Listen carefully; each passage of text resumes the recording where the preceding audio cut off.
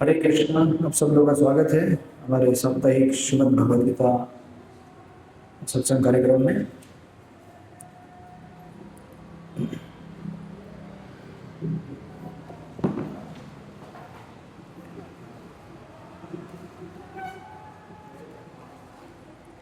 तो पिछली बार हम लोगों ने श्लोक नंबर 19 तक रुक गए थे। सघोषो धातराष्ट्राणाम हृदयानि व्यादरयत् नभश्च पृथ्वीं चैव तुमुलो अभ्युनानदयन्। 19 नंबर ना। इन विभिन्न शंखों की ध्वनि कोलाहलपूर्ण बन गई, जो आकाश तथा पृथ्वी को शब्दायमान करती हुई धृतराष्ट्र के पुत्रों के हृदय को विदीर्ण करने लगी। तो हमने देखा था किस प्रकार कुरुक्षेत्र के युद्ध स्थल पर भगवान श्री कृष्ण ने अर्जुन का सारथी बनकर अर्जुन के लिए, अर्जुन की तरफ से मार्गदर्शन, अर्जुन को मार्गदर्शन देने के लिए सारी व्यवस्था की थी। और अभी तक जितने भी श्लोक हुए हैं उन श्लोकों में हमने देखा कि किस प्रकार कौरव और पांडव के सेना का वर्णन दिया गया। कौरव पांडव सेना का वर्णन देने के तत्पश्चात अभी यहाँ से आगे एक श्लोक के बाद अर्जुन अपने विचार प्रकट करेंगे। तो 20वें श्लोक में वहाँ पे लिखा है, अथ व्यवस्थितान् दृष्ट्वा धार्तराष्ट्रान् कपिध्वज प्रवृत्ते शस्त्र संपाते धनुरुद्यम्य पांडव ऋषिकेशं तदा वाक्यम् इदंगाहं महीपते। उस समय हनुमान से अंकित ध्वजा लगे रथ पर आसीन पांडुपुत्र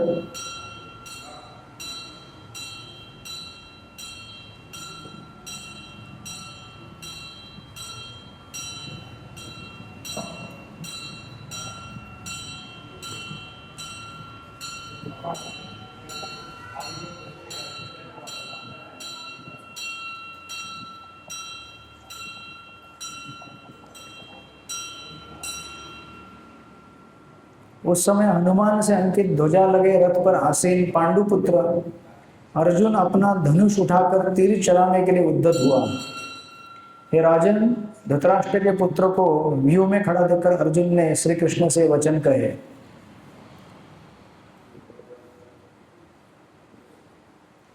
तो भगवद गीता के इस पर्टिकुलर श्लोक में यहाँ पर अर्जुन के रथ का वर्णन किया गया है।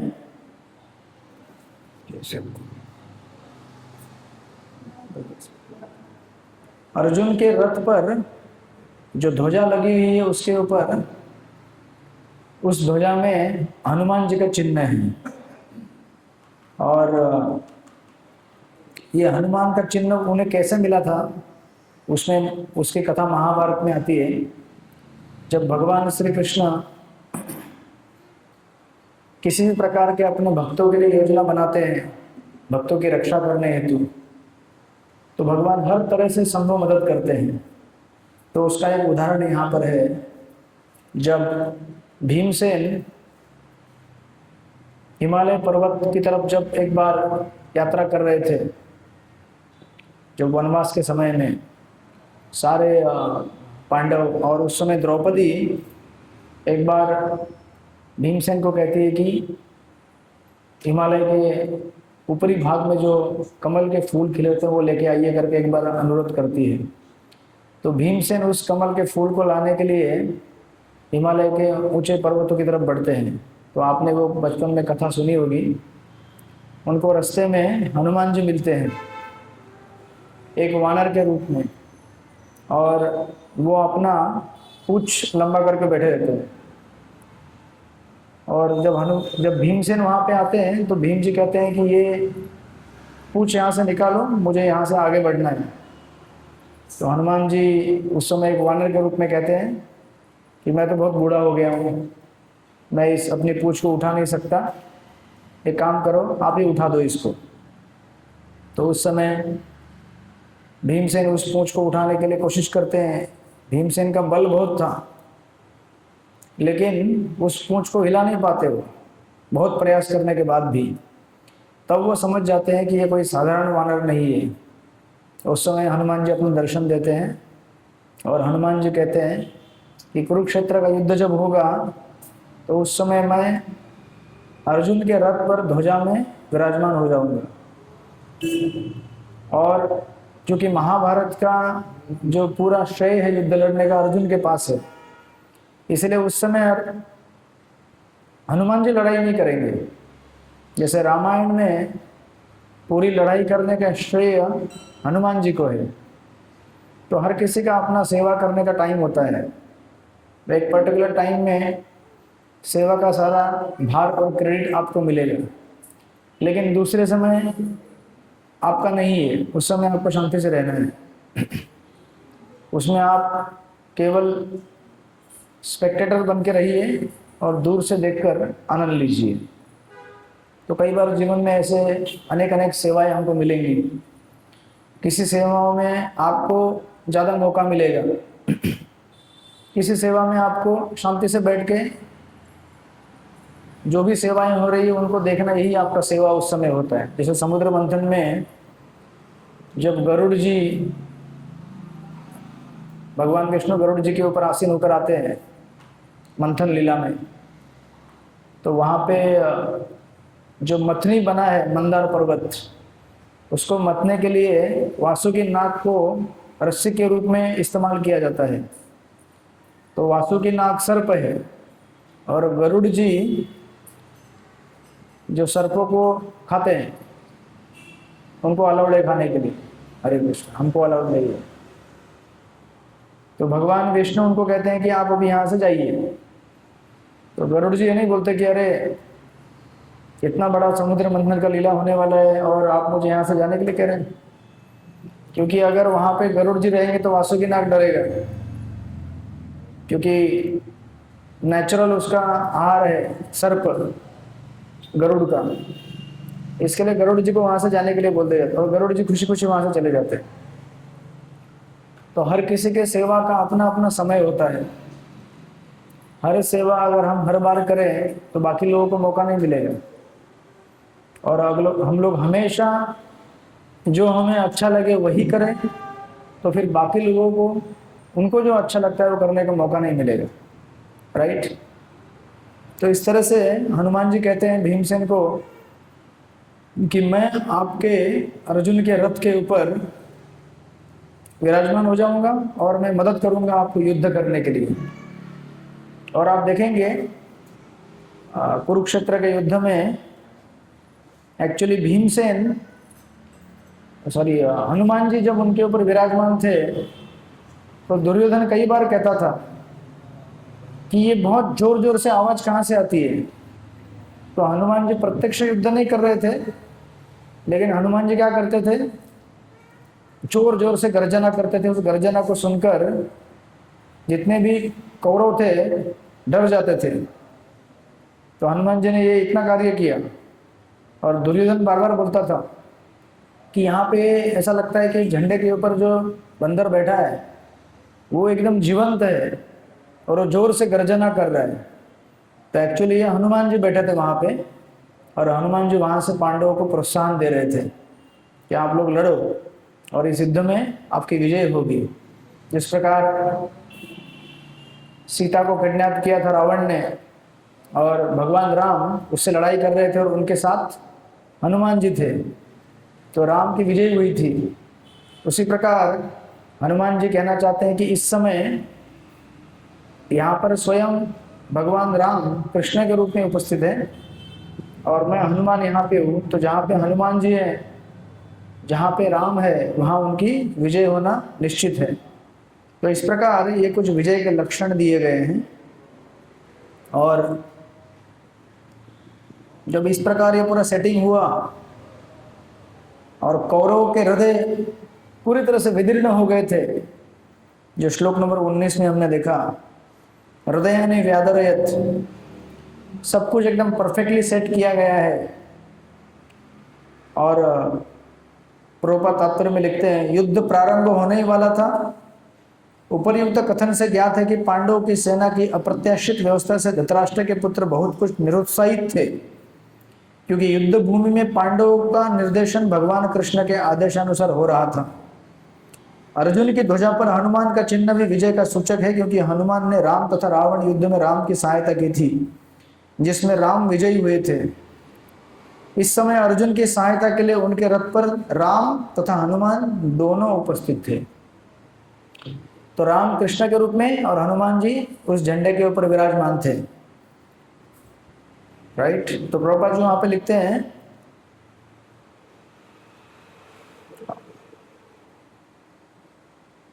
भगवान कृष्ण साक्षात राम है और जहां भी राम रहते हैं वहां उनका नित्य सेवक हनुमान होता है तथा उनके नित्य संगिनी वैभव की देवी सीता उपस्थित रहती है। अतः अर्जुन के लिए किसी भी शत्रु से भय का कोई कारण नहीं था। राइट। तो जनरली हमें संसार में भय कब होता है?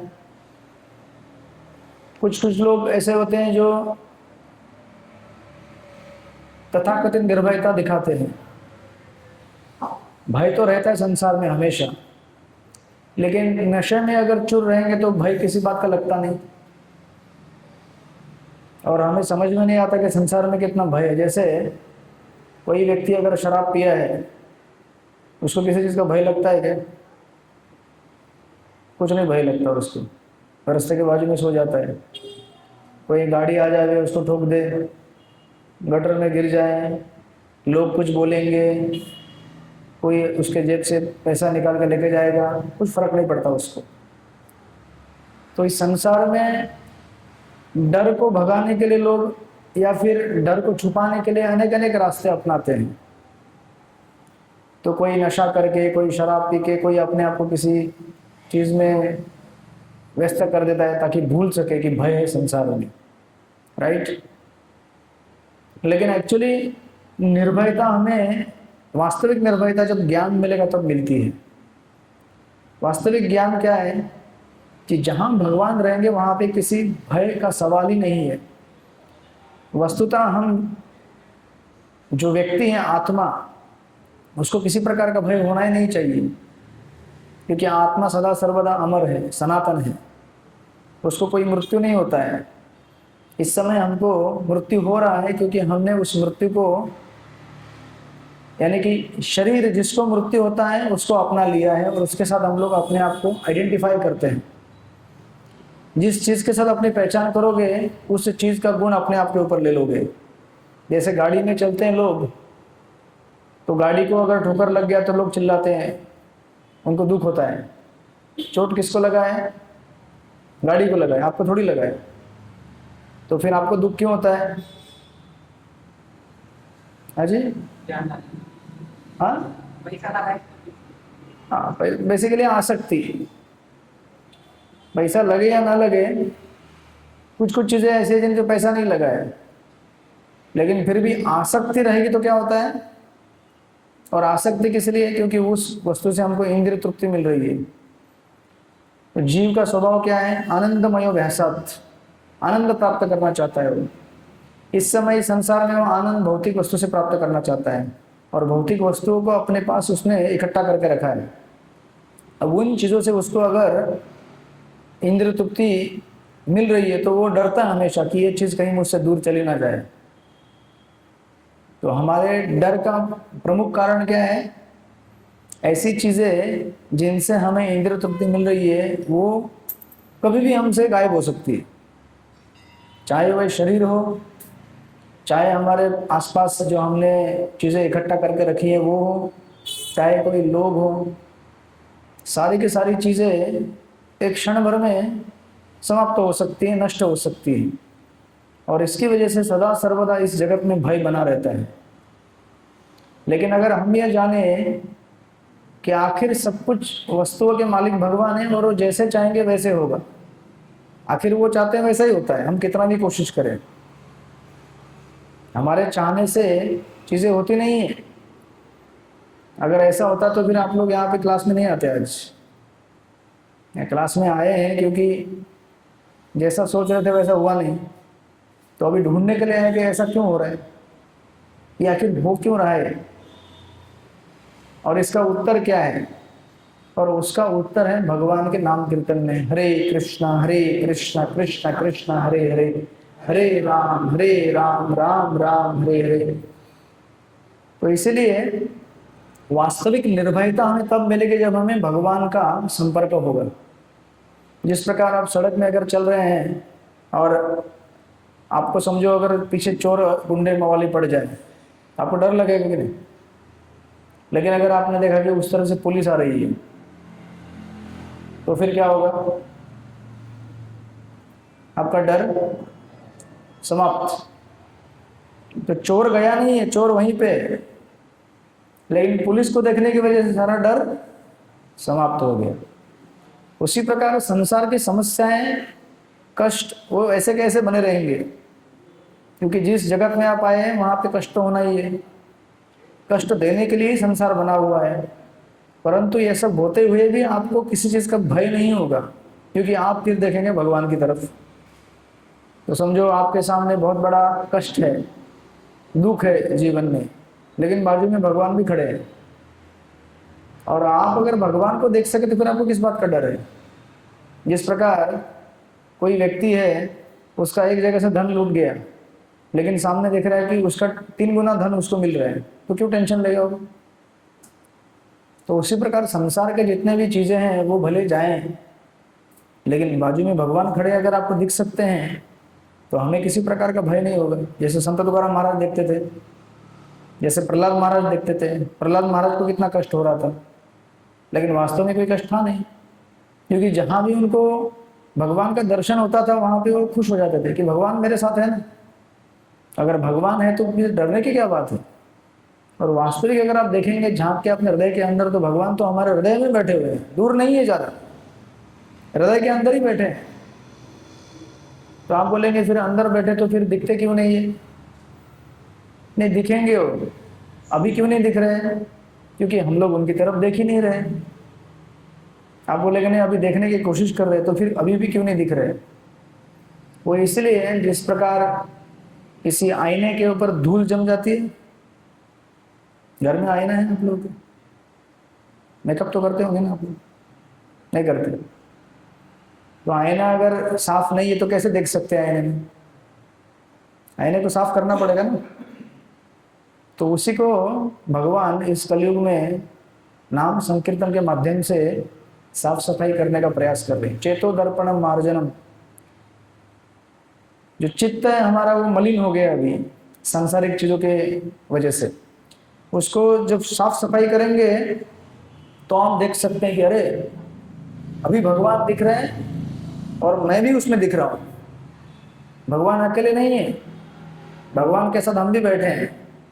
हम अपने आप को देख सकते हैं, भगवान को भी देख सकते हैं, और हम अपने वास्तविक स्वरूप को देख सकते हैं कि मैं तो सच्चिदानंद आत्मा हूं, मैं बेवजह इन सांसारिक चीजों से कष्ट पा रहा हूं और दुखी हूं। राइट। तो इसीलिए वास्तविक निर्भयता, यहां तक तो अर्जुन को निर्भयता प्राप्त हुई है, निर्भय अर्जुन, इतने बड़े बड़े महारथी सामने खड़े हैं लेकिन किसी भी प्रकार का डर नहीं है। परंतु अब यहां से क्या होता है, जब अर्जुन चीजों को अपने हाथ में लेगा तो उस समय प्रॉब्लम आना चालू हो जाएगा। इसलिए आप यहाँ पे देखेंगे आगे, इस श्लोक के आगे देखेंगे एक बहुत बड़ा टर्न आएगा भगवत गीता में। श्लोक नंबर 21 से अर्जुन कहता है, अर्जुन उवाच सेनयोरुभयोर्मध्ये रथस्थापयन्यच्युत यावद् एतान् निरीक्षेऽहं योद्धुकामान् अवस्थितान् कैर्मया स योद्धव्यम् अस्मिन् रणसमुद्यमे। कहता है, अर्जुन ने कहा है अच्युत कृपा करके मेरा रथ दोनों सेनाओं के बीच ले चले, जिससे मैं यहाँ उपस्थित युद्ध की अभिलाषा रखने वालों को और शस्त्रों की इस महान परीक्षा में जिनसे मुझे संघर्ष करना है उन्हें देख सकूं। राइट। तो अभी ये बहुत बड़ा गंभीर प्रश्न खड़ा हो गया। अभी तक सब कुछ ठीक ठाक था, फिर अचानक अर्जुन क्यों कहता है कि मुझे देखना है। क्या देखना है भाई अभी, तुम अभी परीक्षा में आए हो, एग्जाम हॉल में आने के बाद तुम बोलोगे क्या, मुझे अभी एक बार डाइजेस्ट देखना है, तो क्या होगा? हरे कृष्ण। टीचर एक लगा के देगा, बोलेगा जाओ अभी देखते रहो बाहर बैठ के। आप एग्जाम हॉल में आए हैं, प्रश्न पत्र आपके सामने है, लिखना चालू करो। लेकिन अर्जुन प्रश्न कर रहे हैं कि मुझे देखना है कि मेरे साथ संघर्ष करने के लिए जो आने वाले लोग ये है कौन। तो इसके पहले नहीं देखा था क्या? उन्होंने देख चुके थे ऑलरेडी कौन है वो लोग, लेकिन फिर भी ये इस प्रकार की अनावश्यक जिज्ञासा, ये कौन है, पूरे जीवन भर तो आपने देखा है क्या? कौरवों को देखा नहीं पहले कभी? बचपन से लेकर अभी तक देखते आ रहे हो कि कौरव किस प्रकार आपके ऊपर अन्याय कर रहे हैं, आपको कष्ट पहुंचा रहे हैं। कि पहली बार थोड़ी देख रहे हो, जीवन पर्यंत आपने देखा हुआ है। अभी अचानक उनको देखने की ये इच्छा, मतलब कुछ तो गड़बड़ है, राइट? सो दैट्स हाउ यहाँ पे उसको बताया गया है। और इस श्लोक को बड़ा सुंदर तात्पर्य देते हैं प्रभुपाद जी और हमारे आचार्य। एक शब्द यहाँ पे इस्तेमाल किया गया है, अच्युत। अच्युत मतलब जो कभी गिरता नहीं, राइट? जो कभी गिरता नहीं मतलब जो अपना प्रॉमिस पूरा करने से कभी चूकता नहीं। भगवान कृष्ण को अच्युत कहने का विशेष अर्थ यहाँ पे ये है, one who never fails in fulfilling his promise. तो प्रभुपाद पर्पट में भी कहते हैं उस चीज को विस्तार से। तो क्या प्रॉमिस था एक्चुअली? और अगर आप देखेंगे तात्पर्य में प्रभुपाद लिख रहे हैं वहां पे, यद्यपि श्री कृष्ण साक्षात भगवान है, किंतु वे अहेतु की कृपावश अपने मित्र की सेवा में लगे हुए थे, राइट? अर्जुन एक्चुअली भगवान का भक्त है और कृष्ण भगवान है, लेकिन रथ पे क्या हो गया है? अर्जुन कहाँ बैठा हुआ है? जहां भगवान बैठने चाहिए वहां बैठा हुआ है। और कृष्ण कहाँ बैठे हैं? जहां भगत बैठते हैं वहां बैठे हैं। तो उलट फिर हो गया ना। ऐसा क्यों हो गया? क्योंकि एक्चुअली भगवान ने कहा था कि मैं आपका सारथी बनूंगा और आप जो कहेंगे, जैसा कहेंगे उस प्रकार से मैं रथ को चलाऊंगा युद्ध भूमि में। ये दिखाता है कि भगवान अपने भक्त पर कितना स्नेह करते हैं। अगर उनका भक्त उन्हें कहे कि आप ये सेवा करो तो भगवान कभी मना नहीं करते। आप देखेंगे वृंदावन की लीलाओं में भगवान श्री कृष्ण छोटे जब बालक थे तो नंद महाराज के चप्पल अपने सर पे उठा के लेके जाते थे। नंद महाराज कहते थे जाओ बेटा वो चप्पल लेके आओ मेरा। तो भगवान श्री कृष्ण वो उनका चप्पल सैंडल अपने सर पे रख के लेके आते थे। इसका मतलब क्या है? इसका मतलब ये है, प्रभुपाद जी वहां पे लिख रहे हैं, वे अपने भक्तों पर स्नेह दिखाने में कभी भी चूकते नहीं, इसलिए अर्जुन ने उन्हें अच्युत कहा है। सारथी रूप में उन्हें अर्जुन की आज्ञा का पालन करना था और उन्होंने इसमें कोई संकोच नहीं किया, अतः उन्हें अच्युत कहकर संबोधित किया गया है। तो हमें से कई लोग कई बार सोचते हैं कि हाँ ये सेवा थोड़ी करेंगे हम लोग, हमको तो ऐसी सेवा चाहिए जिसमें हमारा नाम हो, ऐसी सेवा चाहिए जिसमें हमें कोई स्तुति करे, कोई दो चार अच्छे शब्द कहे। हम बाकी सेवा नहीं करेंगे जिस सेवा में कोई स्तुति नहीं होता है, गुणगान नहीं होता है, चार लोग देखेंगे, फोटो खींचेंगे तो फिर आनंद आएगा हमको, राइट? लेकिन भगवान अपने भक्त के लिए कोई भी सेवा करने को तैयार है। और सारथी मतलब क्या होता है? ड्राइवर है वो। कभी आपने देखा है किसी बड़े व्यक्ति को, जैसे अंबानी है, वो बोलेगा क्या अपने ड्राइवर को? बोलेगा क्या एक काम करो आप पीछे बैठो मैं आपकी गाड़ी चलाता हूँ? सुना है कभी ऐसा? कोई भी दुनिया में ऐसा एक भी उदाहरण है क्या? बताओ मुझे। आजकल तो सोशल मीडिया का जमाना है, ऐसा कुछ हो जाए तो पूरी रील ही वायरल हो जाएगी दुनिया भर में। तो आज तक एक भी रील देखने को नहीं मिली, मतलब ऐसा होता ही नहीं है। लेकिन ये जो रील है इसको वायरल नहीं किया जा रहा है। कुरुक्षेत्र की युद्ध भूमि में बॉस बैठा है ड्राइविंग सीट में और दास बैठा है ऊपर के सीट में, हाँ, सोशल मीडिया वाले किधर गए? इस रील को वायरल करो, भगवान का कीर्ति फैलाओ दुनिया भर में। देखो भगवान कितना, है ना, अपनी कीर्ति फैलाने के लिए लोग लगे हुए हैं संसार में, भगवान की कीर्ति को छोड़कर। तो एक्चुअली अगर आप देखेंगे इतिहास में ऐसा एक भी उदाहरण नहीं मिलेगा सिवाय कृष्ण अर्जुन के। आप इनको भी जानते होंगे, हमारे मंदिर में ऋषिकेश मफतलाल बहुत बड़े इंडस्ट्रियलिस्ट हैं। तो वो जब इस्कॉन में ज्वाइन हो गए थे तो एक बार वो कीर्तन का पता नहीं कहीं रिकॉर्डिंग रहेगा, अपना उनका ड्राइवर था निजी, इंडस्ट्रियल मतलब मुंबई के बड़े इंडस्ट्रियलिस्ट। तो कीर्तन में अपने ड्राइवर के साथ नाच रहे थे, हाथ पकड़ पकड़ कर गलवाही कर कर। कहीं सुना है ऐसा? किसी पार्टी में ड्राइवर को बुला के नचवाया जाता है उसके साथ। तो ये केवल संभव है भगवान के भक्ति में, जहाँ पे सारे भेद समाप्त हो जाते हैं, ऊंच नीच के, अमीर गरीब या फिर बड़ा छोटा, ये सारे भेद समाप्त, क्योंकि वहाँ पे आत्मा के स्तर पे सारी चीज़ों को देखा जाता है, राइट। और ऐसा किसी को लगता नहीं कि अरे मैं तो सेठ हूँ और ये ड्राइवर है तो मैं ड्राइवर को कैसे घुमाऊं, लोग क्या बोलेंगे। एक बार आप भक्त बन गए भगवान के तो आपके लिए सारा संसार क्या है? भगवान का भक्त है। और हम उनके सेवा करने में कोई शर्म नहीं होगी। लेकिन जब हम अपने आप को बॉस बना के संसार में घूमते हैं तो सेवा करने में बड़ी कठिनाई होगी, और सब जगह तो बॉस बन नहीं सकते, ये बड़ा प्रॉब्लम है। आप अपने ऑफिस में जाएंगे तो भी आपके ऑफिस का सिक्योरिटी या फिर प्यून रहेगा, वो आपको सलाम तब तक करेगा जब तक उसका ड्यूटी है। ड्यूटी खत्म होने के बाद थोड़ी सलाम करेगा वो। किया है कभी सलाम? रास्ते में जब मिलेंगे तो क्या करेगा? ज़्यादा ज़्यादा हाय हेलो करेगा, सलाम नहीं करेगा वो। ड्यूटी खत्म, पेमेंट नहीं है तो फिर क्यों सलाम करेगा? संसार केवल पेमेंट पे चलता है, पेमेंट फिनिश, सर्विस फिनिश। परंतु यहाँ पे किस प्रकार की सेवा चल रही है? कौन सा पेमेंट अर्जुन भर रहा है? भगवान के लिए कौन सा पेमेंट दे रहा है वो? भक्ति का पेमेंट। सरेंडर कर रहा है वो, भगवान से प्रेम कर रहा है। तो भगवान ऐसे हैं कि जब देखते हैं कि मेरा भक्त मुझसे प्रेम कर रहा है तो उससे कई गुना ज़्यादा अधिक प्रेम अपने भक्त के ऊपर दिखाते हैं। देखिए हम लोग संसार में कई जगह पे प्रेम करके धोखा खाते हैं, ऑलरेडी खा चुके हैं, खा रहे हैं और भी खाएंगे।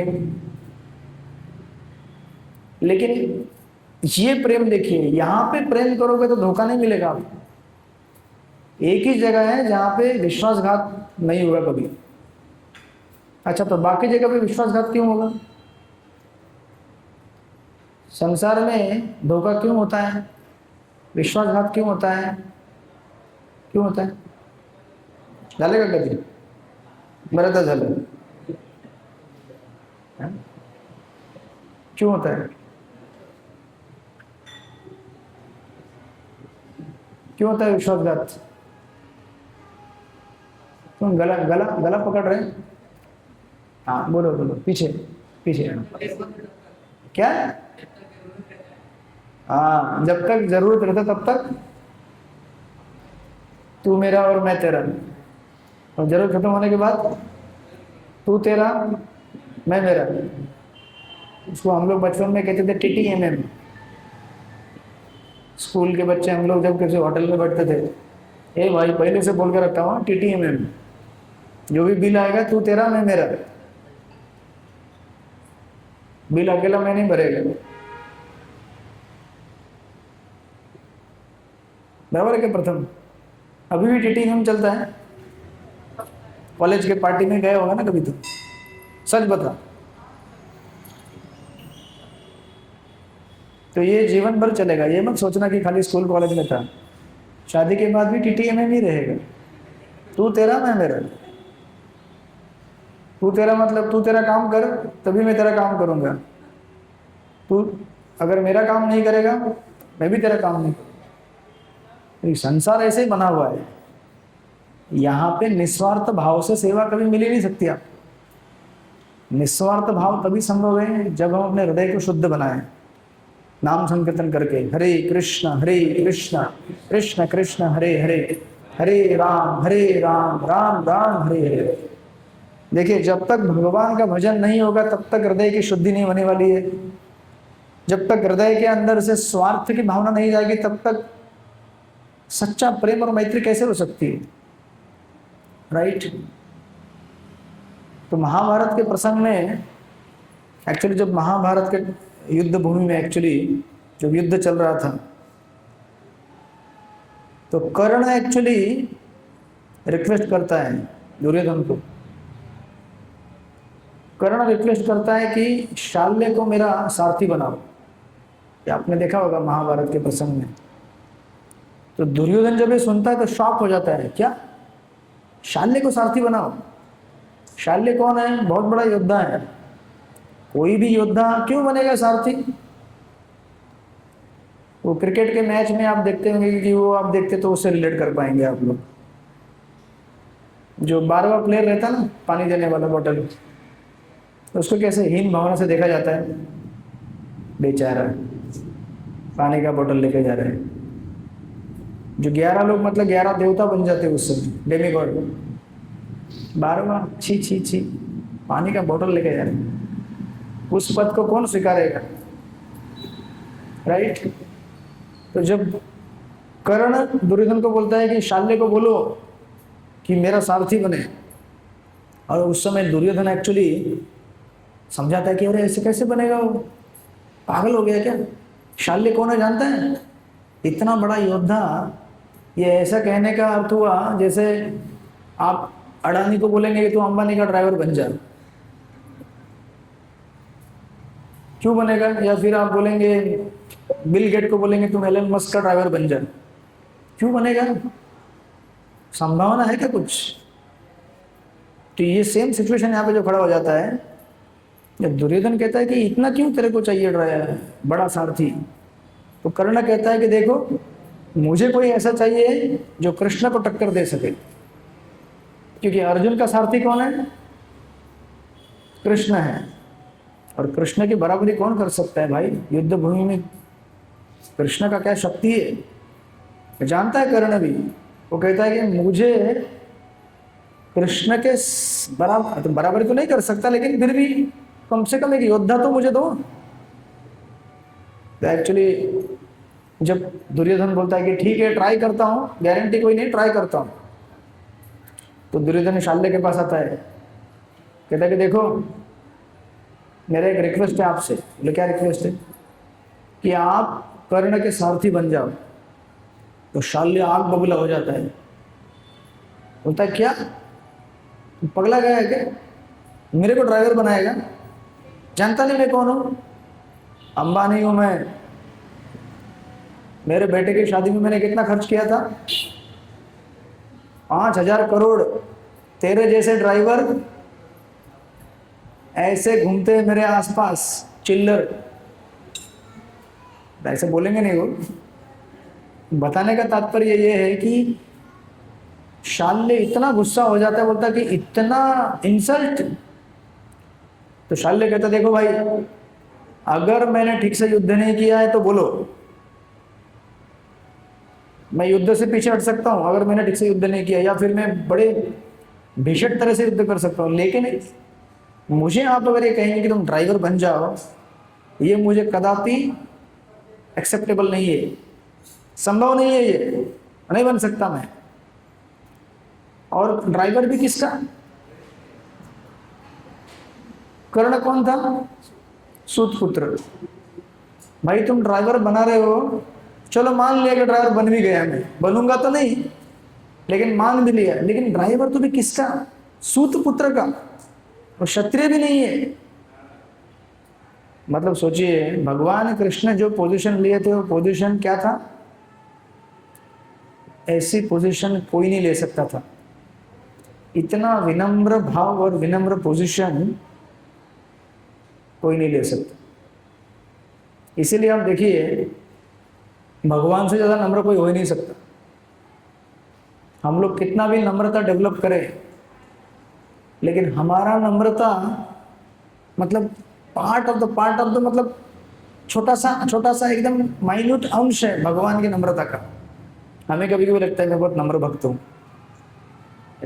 मैं इतना नम्र हूँ देखो,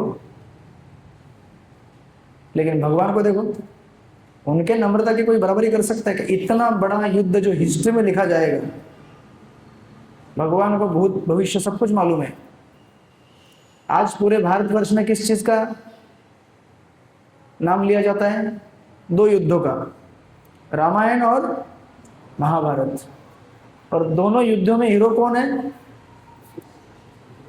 रामायण का हीरो कौन है? हाँ जी, रामायण का हीरो कौन है?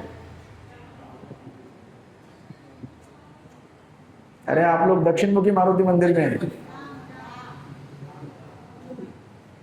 रामायण का हीरो अगर देखा जाए, क्रेडिट किसको दिया गया है? हनुमान जी को दिया गया है। देखो, जब लंका की तरफ पहुंचना था समंदर पार करके, हनुमान जी जंप मार के गए लंका में, और जब राम को प्रवेश करना था, राम को क्या करना पड़ा? पुल बांधना पड़ा। सोचो, अभी भगवान को पुल बांध के जाना पड़ रहा है और उनका भगत छलांग मार के जा रहा है, तो पावरफुल कौन हो गया? समझे कि नहीं अभी तक? हनुमान जी पावरफुल हो गए, भगवान राम पावरफुल हो गए। और यहां तक कि भगवान ने ट्राई किया, बोले सब लोग मेरा नाम लिख के पत्थर फेंक रहे हैं, पत्थर तैर रहा है, मैं भी एक पत्थर फेंक के देखता हूँ। कोई देखने रहा है ना, ठीक है फेंकता हूँ। उन्होंने एक पत्थर फेंका, पत्थर डूब गया। देखे कोई देख तो नहीं रहा भाई, इतनी बड़ी बेइज्जती हो रही है। तो हनुमान जी देखे, हनुमान जी बोले प्रभु, जिसको आपने त्याग दिया वो कैसे तैर सकता है? आपने इस पत्थर को त्याग दिया ना, वो नहीं तैरेगा, लेकिन जिसको आपके नाम का सहारा मिला वो बहुत अच्छी तरह तैर सकता है। राइट? तो भगवान के नाम की महिमा खाली कलयुग में नहीं है, पहले के युगों से आती आ रही है। ये ना सोचिए कि हरिनाम संकीर्तन केवल कलयुग में आया क्या? नाम संकीर्तन युग के प्रारंभ से आया है। तो जितने मात्रा में हम लोग भगवान के नाम कीर्तन को पकड़ के रखेंगे, उतना हम इस भौतिक जगत में तैर सकते हैं। तैर सकते हैं मतलब ये इतना जो कचरा संसार में फैला हुआ है, इस कचरे से ऊपर उठकर बाहर निकल सकते हैं। हरे कृष्णा कृष्णा कृष्णा हरे हरे, हरे राम राम राम हरे हरे। और महाभारत का युद्ध देखिए, महाभारत में भी हीरो कौन है? बोलिए, कौन है हीरो महाभारत का? महाभारत कुरुक्षेत्र युद्ध का क्रेडिट किसको मिला? किसको? काशीनाथ? हाँ, परशुराम भाई। काशीनाथ को एमएलए है क्या खोपोली का? एमएलए है? हाँ, अच्छा आप, वो ठीक है, तो हमको मालूम नहीं है ना, लेकिन उन लोग कुछ फुसफुस कर रहे हो।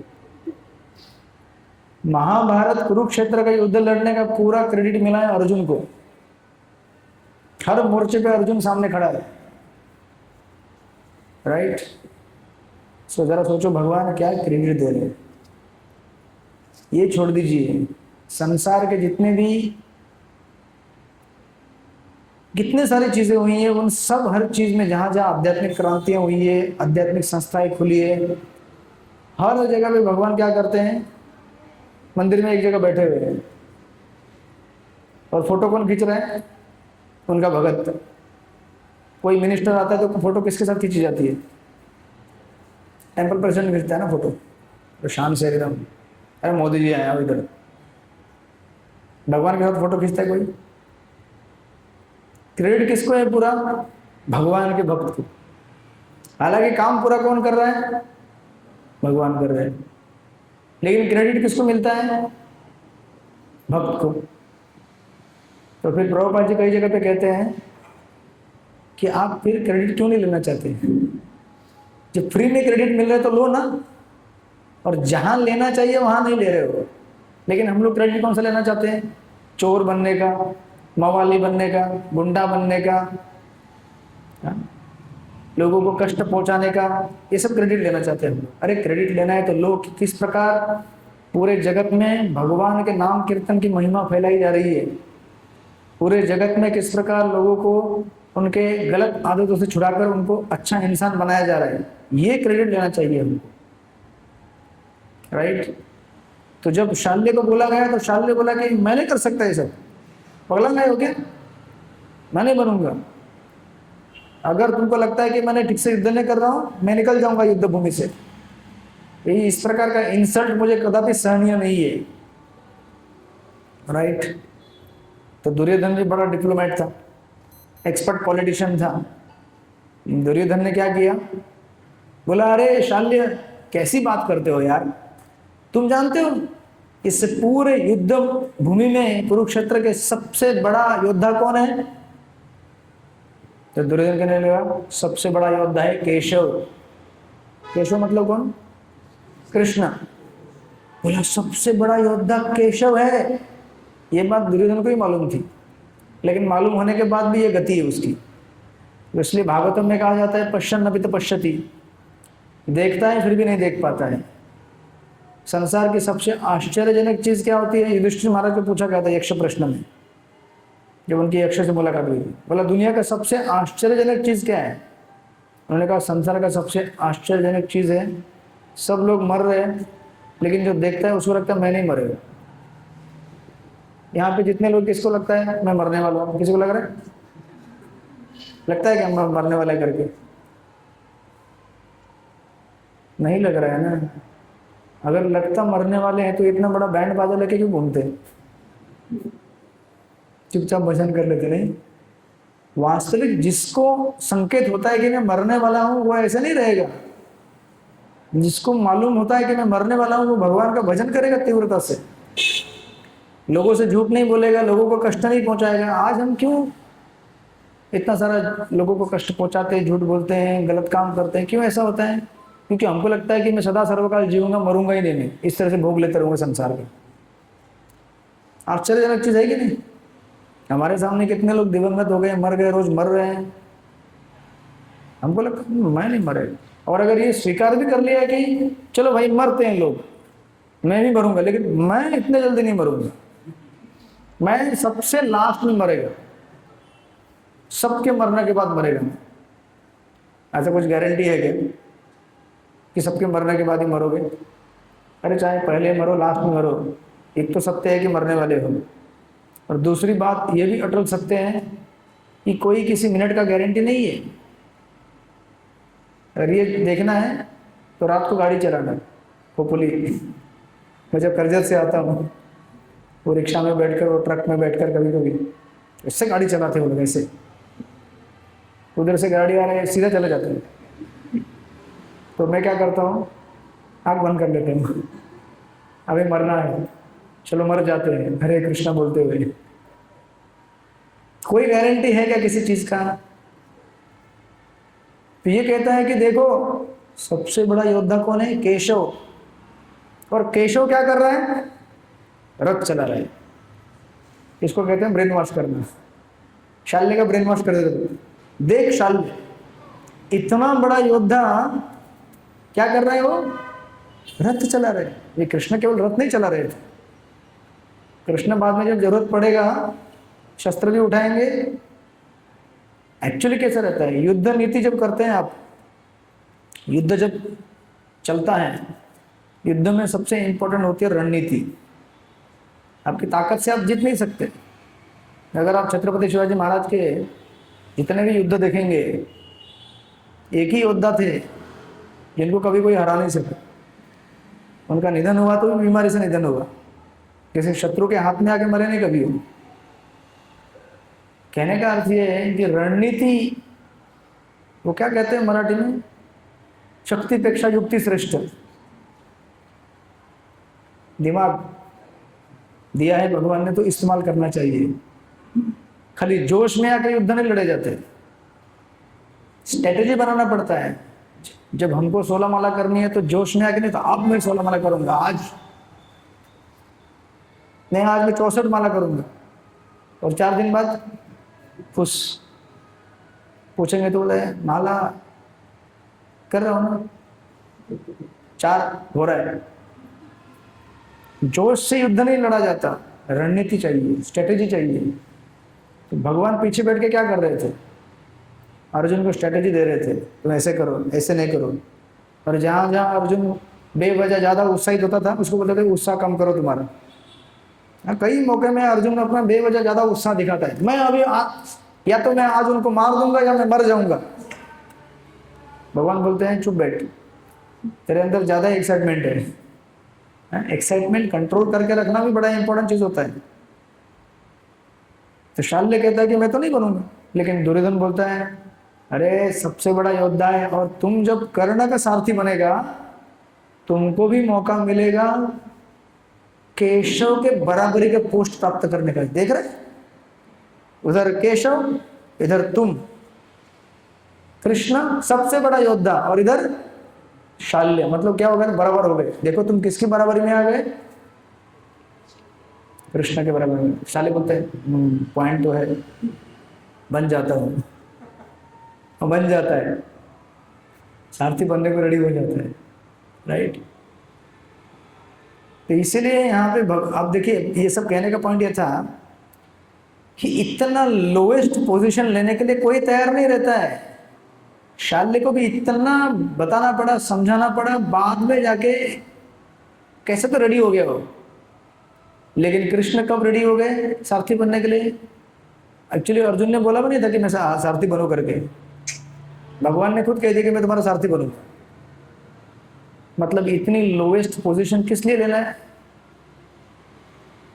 कभी कभी घर में देखा होगा आपने, माता पिता क्या बनते हैं, छोटा बच्चा होता है घोड़ा घोड़ा बन जाते हैं। बच्चा उनकी गोद पे क्या करता है, कंधे पे बैठता है, घोड़ा घोड़ा घोड़ा घोड़ा। क्यों ऐसा होता है? आप लोगों ने बने कभी घोड़ा घोड़ा, घोड़ा गाड़ी नहीं किया होगा ना बचपन में। अभी तो बड़े हो गए, अभी तो बैठे में तो कमर टूट जाएगी। अरे 20-20, 30-30 किलो वजन हो गया। कितना किलो वजन है? 35। मुझे लगा था 20 किलो है। तो इनका 35, हरिप्रिया 45। कितना? 34। गिनती करते हैं लोग, रोज गिनती करते लगते हैं। हमारे आश्रम में एक मशीन रखा है वेट वजन करने का, तो टेम्पल हॉल के बाहर ही कॉर्नर में रखा है, एक लॉकर के नीचे। जब ब्रह्मचारी जब करते करते थकता है तो बाहर आके वो बार बार मशीन निकाल के चेक करता है कितना वजन हुआ, चेक करता है कि कहीं कम तो नहीं हुआ ना। आप लोग घर में मशीनें लगता है, सच बताओ, है ना? हाँ देखा। इनका भी आश्रम है ना, तो आश्रम में मशीन रहता ही है चेक करने के लिए। तो सोचो इतना लोएस्ट पोजीशन लेने के लिए तैयार है क्योंकि प्रेम है ना। वो प्रभुपाद जी लेक्चर में कहते हैं, एक बार कोई तो यूके का प्राइम मिनिस्टर, वो स्टोरी बताते हैं, यूके का प्राइम, एक बार उनके मिनिस्टर लोग उनके घर में गए थे मिलने के लिए प्राइम मिनिस्टर को। तो दरवाजे पे नॉक किया, तो बोले कि नहीं अभी प्रधानमंत्री जी बिजी हैं अभी। तो दरवाजे का थोड़ा सा एक खुला था ऐसा, तो उसने ऐसे थोड़ा झांक के देखा, तो प्राइम मिनिस्टर घोड़ा बना है और बच्चे ऊपर बैठे घोड़ा घोड़ा घोड़ा कर रहे हैं। तो प्रधानमंत्री देश का घोड़ा घोड़ा क्यों खेल रहे बच्चों के साथ? क्योंकि बच्चों से क्या है, प्रेम है। जहां प्रेम होता है वहां पे सारे सीमाएं, सारे हद या फिर सारा डिफरेंस जो है ना, अंतर समाप्त हो जाता है। आज हम सब लोग के बीच में आने का अंतर क्यों है? प्रेम की कमी की वजह से, विश्वास की कमी की वजह से, अपनेपन की कमी की वजह से। जिस दिन ये समाप्त हो गया तो फिर कोई किसी प्रकार का झगड़े कभी होंगे नहीं, कोई तनाव नहीं होगा, और प्रसाद की लाइन में बैठने वालों से ज्यादा बांटने वाले होंगे। फिर टेंशन आएगा, दूसरा टेंशन आएगा कि प्रसाद लेगा कौन, जब सब लोग बांटेंगे तो खाएगा कौन प्रसाद? वैकुंठ की ये स्थिति होती है भगवान के धाम की, जहां पे हर कोई सेवा करना चाहता है और सब लोग बोलते हैं आप बैठिए, आप बैठिए, आप प्रसाद लीजिए, आप प्रसाद लीजिए, राइट। लेकिन भौतिक संसार कैसा है? आप लोग ऐसा मत करना जाके वहाँ पे कि अपने वो प्रोग्राम टाइम पे खत्म करना है, सब लोग बोले आप बैठो आप बैठो आप बैठो, ऐसे करते करते 12-1 बज जाएगा। कहने का तात्पर्य ये है कि हमें जो जिस प्रकार की सेवा मिलेगी उसको करने के लिए तैयार रहना चाहिए। कभी कभी हमारी सेवा होती है सिर्फ प्रसाद लेना, कभी कभी प्रसाद बांटना, राइट। नहीं तो कुछ भगत ऐसे होते हैं, मैं नहीं लूंगा, मैं लूंगा नहीं। किधर गया है नहीं आज? अच्छा, गर्मी की वजह से लगता है घर में एसी लगा के बैठा हुआ है। अच्छा,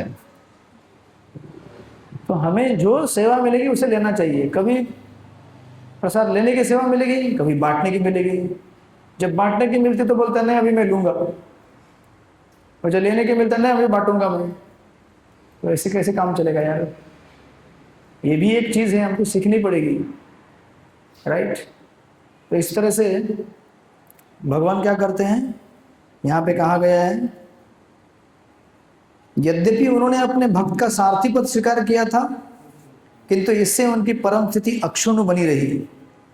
तो ऐसा नहीं है कि भगवान सारथी बन गए तो फिर वो फिर क्या हो गया, अर्जुन से कम हो गया, नहीं। इसलिए उनके अच्युत शब्द का दूसरा अर्थ है कि कभी गिरते नहीं हो अपने पद से। भले वह सारथी बन गए लेकिन भगवान भगवान है, चाहे सारथी का रोल निभाए या कोई भी रोल अदा करे, राइट। प्रत्येक परिस्थिति में वे इंद्रियों के स्वामी श्री भगवान ऋषिकेश हैं। भगवान तथा उनके सेवक का संबंध अत्यंत मधुर एवं दिव्य होता है। सेवक स्वामी की सेवा करने के लिए सदैव उद्यत रहता है और भगवान भी भक्त की कुछ न कुछ सेवा करने की कोशिश में रहते हैं। वे इसमें विशेष आनंद अनुभव करते हैं कि वे स्वयं आज्ञादाता न बने अपितु अपने शुद्ध भक्त उन्हें आज्ञा दे। बराबर है। तो संसार में सब लोग भगवान को क्या कहते हैं, जी हुजूर सरकार, जी हुजूर सरकार। तो भगवान भी कभी कभी बोर हो जाते हैं वही चीज सुनकर, ऐसा सब लोग जी हुजूर करते हैं। कोई है क्या मुझे डांटने वाला? कोई जरा आके सामने मुझे डांट दे। लेकिन भगवान को कौन डांट सकता है? केवल उनका शुद्ध भक्त। उसके डांट से भगवान बड़े प्रसन्न होते हैं। जैसे वृंदावन में यशोदा माई उनको डांटती है, बोलते हे कृष्ण तुम मट्टी खाया? नहीं मम्मी मैं नहीं खाया। फिर माँ बोलते छड़ी लेके आओ, तो खाया, थोड़ा सा खाया, इतना सा खाया। और इस प्रकार के लीला के एक्सचेंज से उनको असीम आनंद की अनुभूति मिलती है। जब वृंदावन में राधा रानी उनके ऊपर गुस्सा हो जाती है, जब राधा रानी देखती है कि एक बार कृष्ण ललिता सखी के साथ झूला में झूल रहे हैं, तो राधा रानी देखती है तो गुस्सा होती है, बोलती है अरे ये क्या है, मेरी जगह पे किसी और को लेकर झूला झूल रहे हैं। तो मान में बढ़ जाती है, बोलते नहीं बात करूंगी। तो कृष्ण उनको मनाने जाते हैं, इनसे उनको आनंद आता है, अपने भक्तों को मनाने में उनको आनंद आता है, राइट। लेकिन ये सारे भक्ति के दिव्य आनंद और दिव्य स्तर हम लोग नकल नहीं कर सकते। आप घर पे जाके भगवान को डांटना मत, आपके ऑल्टर में बोला ये लाला आज तेरे को भोगा नहीं खिलाऊंगी, हम लोग नहीं कर सकते नकल। जिस दिन हमारा उनसे प्रेम बढ़ेगा, शुद्धि होगी हमारे भगवान के नाम कीर्तन से, ये सारे भाव खुद ब खुद प्रकट होंगे, राइट। संसार में आप भी देखते होंगे ना, गुस्सा किसके ऊपर हो सकता है? जहाँ पे प्रेम होगा, क्योंकि मालूम है गुस्सा करूंगा तो वो भाग नहीं जाएगा। ऐसे जगह पे गुस्सा करोगे जहाँ पे गुस्सा करने से व्यक्ति भाग जाए तो गुस्सा क्यों करेंगे आप? गुस्सा करने का अधिकार भी मिलना चाहिए ना। तो अधिकार कहाँ मिलता है? जहाँ प्रेम हो। और प्रेम कहाँ पे होगा? जहाँ पे निस्वार्थ भाव से सेवा करने की इच्छा हो, राइट। इसीलिए ये कंपटीशन चलता है भगवान के भक्त और भगवान में। तो प्रभुपाद जी कई बार कहा करते कि संसार में हर कोई क्या करना चाहता है? बॉस बनना चाहता है। बराबर है कि नहीं? हम सबको बॉस बनना है कि नहीं? अरे बॉस बनने के लिए तो संसार में आया है ना। बराबर, हरिप्रिय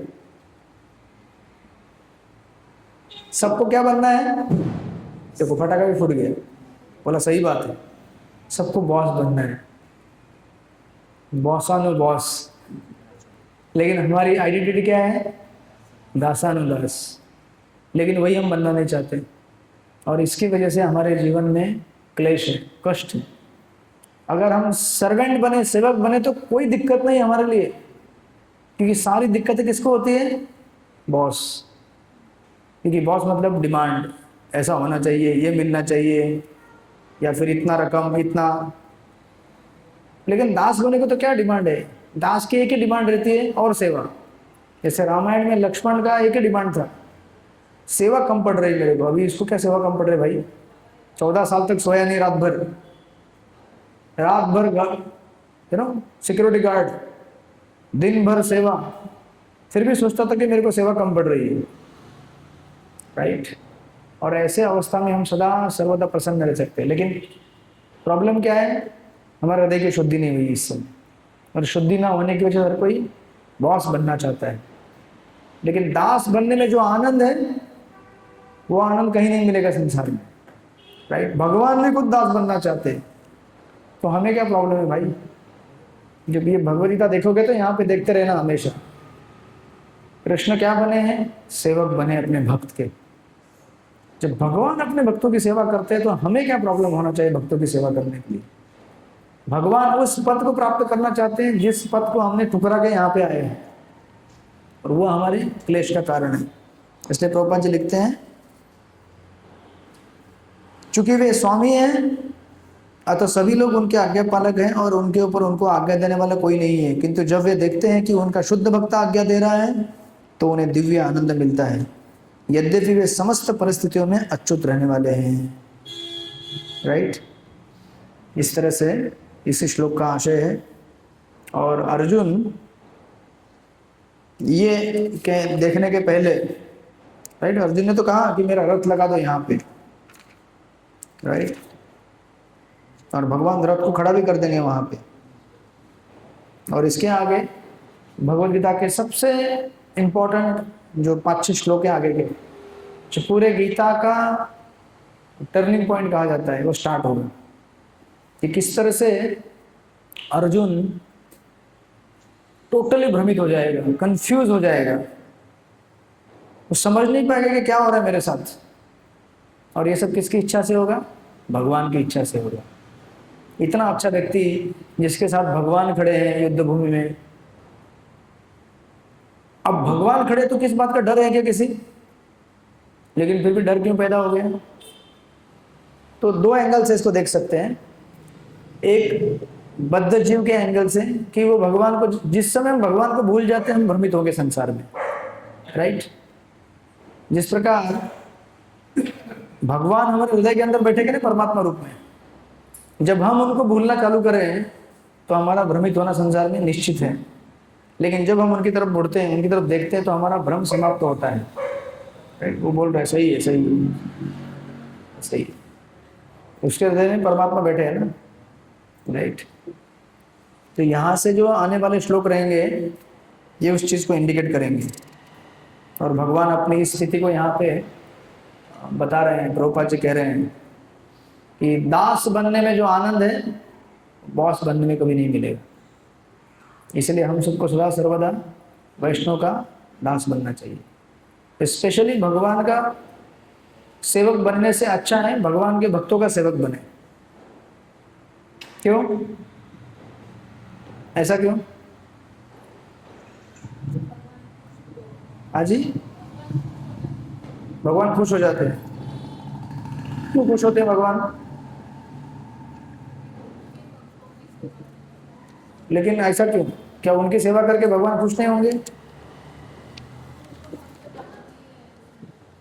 हाँ, भगवान को उनके भक्त ज्यादा, इसलिए इंग्लिश में वो कहावत है, क्या नाम है उसका, उस कहावत का, before you love my dog, sorry, before you love me love my dog. English में कहते हैं, हिंदी में थोड़ा उसका अनुवाद टेढ़ा मेढ़ा हो जाएगा, मुझसे प्रेम करने के पहले मेरे कुत्ते से प्रेम करो। थोड़ा लिटरल ट्रांसलेशन थोड़ा अलग है, बट कहने का तात्पर्य यह है कि समझो आप किसी के घर में जाएं और आप उनके घर में कोई कुत्ता रहेगा, ऐसे आजकल तो घर घर में कुत्ते रहते हैं, इंसान से ज़्यादा कुत्ता है। राइट। और गाली भी दे नहीं सकते कुत्ता कहीं का, है ना, लोगों को, क्योंकि कुत्ता सामने बैठा है, तो पहले गाली दे देते कुत्ता कहीं का। अभी घर घर में कुत्ते और बिल्लियाँ रहते हैं, इंसान से ज़्यादा वो लोग रहते हैं घर पे। उनमें भी हो सकता है पिछले जन्म में उसी घर के मेंबर रहेंगे जो पुनः वापस आ गए, घर की आसक्ति को त्याग नहीं सकते बेचारे। तो समझो किसी घर में कोई कुत्ता है, उसको कुत्ते को लाड प्यार है, आप उस कुत्ते को एक झापड़ लगा दीजिए तो उसका मालिक क्या करेगा? आपको दो लगा देगा। कुत्ता इतना प्रिय होता है। वो कुत्ते को गोद में लेके, वो एक जगह जाता हूँ मैं चेंबूर में, कल सुबह जाऊंगा, उनके घर में छोटा कुत्ता है। हरे कृष्ण। ये रिकॉर्डिंग वो लोग सुनते नहीं है। तो वो कुत्ता मतलब 1 साल ही हुआ उनके घर में आया है, मतलब गोद में उसका पप्पी लेते वो लोग। तो वो रोटी उठाते हैं उस हाथ से, तो मैं देखता हूँ, तो ठीक है आराम से रखो, राइट। तो फैमिली मेंबर जैसा हो गया, फैमिली मेंबर से ज़्यादा हो गया। तो उसको अगर मैं थोड़ा छेड़खानी करूँगा तो थोड़ी मेरे को बोलेंगे आप अगली बार भी लेक्चर के लिए नहीं आइएगा, आप जाइए, बराबर है क्या? तो उसी प्रकार भगवान के भक्त भगवान के इतने निकट होते हैं कि उनके साथ छेड़खानी करोगे तो भगवान बर्दाश्त नहीं करते, लेकिन उनसे प्रेम करोगे, लेकिन सिर्फ प्रेम मतलब कुछ थोड़ा सेवा कर दो, भगवान हृदय के अंदर से इतने प्रसन्न कर देंगे आपको। जितनी प्रसन्नता आपको भगवान की डायरेक्ट सेवा करके नहीं मिलेगी ना, उतनी प्रसन्नता हमें भगवान के भक्तों की सेवा करने से मिलेगी, राइट। और पूरा रामायण महाभारत इसी से भरा पड़ा है, भगवद गीता भागवत पुराण। तो इसलिए इस विशेष इन श्लोकों के संदर्भ से हमें समझना चाहिए कि भगवान को प्रसन्न करने का एक ही तरीका है, वो है उनके भक्तों की सेवा करके। इस तरह से फिर हम अगले हफ्ते देखेंगे किस तरह से अर्जुन अब भगवान को सारथी बना के बैठा है और कह भी दिया कि मेरा रथ यहाँ पे लेके आओ, लेकिन अभी क्या होगा उसके साथ देखेंगे आगे। बहुत सुंदर वर्णन आगे आएगा गीता के इन श्लोकों में आगे। हरे कृष्ण। किसी का कोई प्रश्न, जिज्ञासा, टिप्पणी? बोलिए, कुछ प्रश्न है तो। नहीं है तो सेवा करने के लिए तैयार हो जाइए और बार बार वजन मत काउंट कीजिए। ज्यादा वजन देखने से वजन बढ़ता है, मालूम है क्या? बढ़ने नहीं वाला तो भी बढ़ जाता है।